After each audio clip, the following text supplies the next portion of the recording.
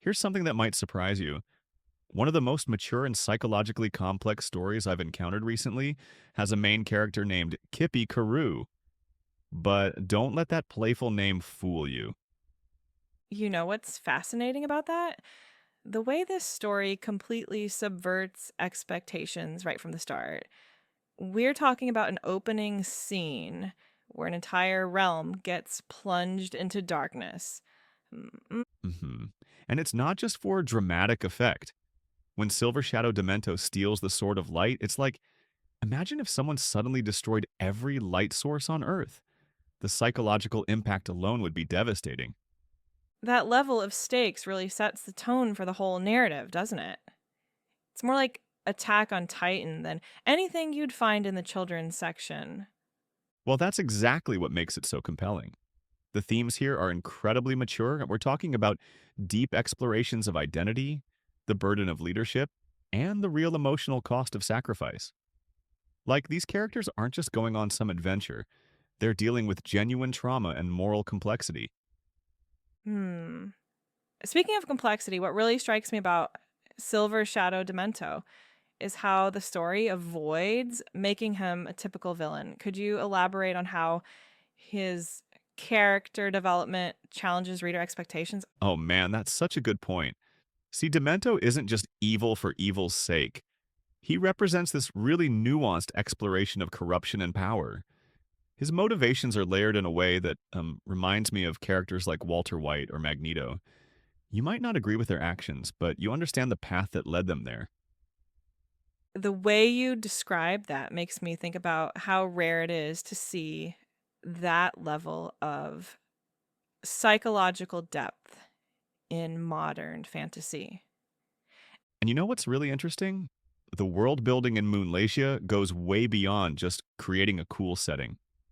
We're talking about this intricate universe with its own cosmic laws, power structures, and historical conflicts that all feel genuinely consequential to the story. That's exactly what sets it apart from simpler narratives. Everything has weight and meaning behind it. Like, take the Moonlaysian Crew themselves. The way they handle internal conflicts and competing priorities feels more like watching a high stakes political drama than a typical fantasy adventure. There's no plot armor protecting these characters. Their choices have real, permanent consequences. Well, that reminds me of how Game of Thrones revolutionized fantasy by introducing real stakes and consequences. No character was truly safe.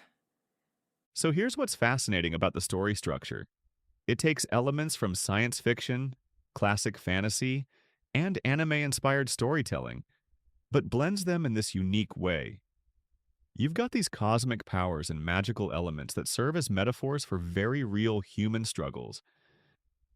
The genre blending really allows them to explore some unique territory, doesn't it? Exactly. And when you look at how the story handles themes of corruption and redemption, it's doing something really sophisticated. It's exploring how good people can be led down dark paths with the best intentions, and how incredibly difficult it is to find your way back.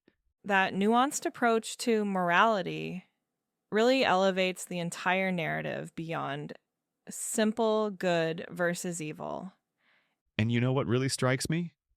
The emotional journey of Kippy Karoo himself isn't your typical hero's journey. He's not just learning to believe in himself, he's being forced to confront fundamental questions about who he is and what he's willing to sacrifice for others. So it's more about genuine psychological and emotional growth than just gaining power or confidence. Uh, Well, when you consider all these elements together, the complex themes, the sophisticated character development, the deep world building, the real stakes, it becomes very clear why this isn't a children's book. It's a story that demands emotional maturity and intellectual engagement from its readers.